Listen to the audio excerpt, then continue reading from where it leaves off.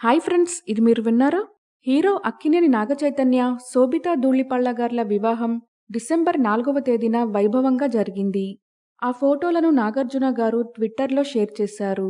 వారిద్దరూ కొత్త జీవితం ప్రారంభించడం సంతోషంగా ఉందని తెలిపారు. అలాగే తన తండ్రి అక్కినేని నాగేశ్వరరావు గారి శతజయంతి వేడుకలకు గుర్తుగా ఆయన విగ్రహం ముందే ఈ వివాహం జరగడం మరింత ప్రత్యేకమని వెల్లడించారు. ఇక నాగచైతన్య, శోభితా గార్ల పెళ్లి వేడుకకు సంబంధించిన ఫోటోలను చూసేయండి.